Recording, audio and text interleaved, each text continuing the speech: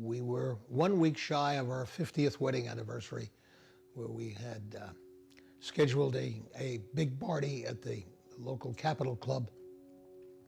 We had family coming from back east and friends. It was to be a spectacular celebration. Incidentally, a year later, we did re-celebrate it. We called it the Celebration of Life instead of the 50th anniversary. After our ordeal, the celebration of life was very appropriate. That particular day of our accident, we were driving on Highway 17, coming into Los Gatos, when all of a sudden, out of the corner of my left eye, I saw what I thought was the grill of a car. And that's the last thing I remember until I heard somebody, it was either a fireman or emergency worker, say to me, we're going to remove the roof of the car and get you out. That's when I first realized we were in a terrible accident. And it was. During the accident, both of my legs were broken. My right knee was shattered, and Jackie had her. The left side of my face was shattered.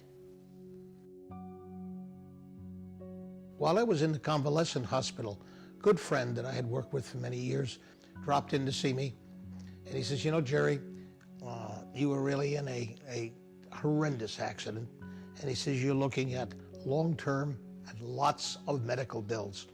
He says, you need to get yourself an attorney. He says, you know lots of attorneys, so do I. He said, but none of the ones that we know are capable of handling something like this. He says, you need to get an attorney that is not an individual, but has a firm with other associates that can help work on the case. And he said, you need an expert, an absolute expert in personal injury. There's only one attorney for you to use, and that is Richard Alexander. I called him. He was there to see me within an hour, maybe an hour and a half. He got all the pertinent information and then said, I've got enough now, I'll be in touch. Well, I expected to get a phone call from him. Instead, later that evening, he came back to the hospital. For the next 10 months, Dick labored tirelessly over our case. I learned during this period that Dick was a true professional.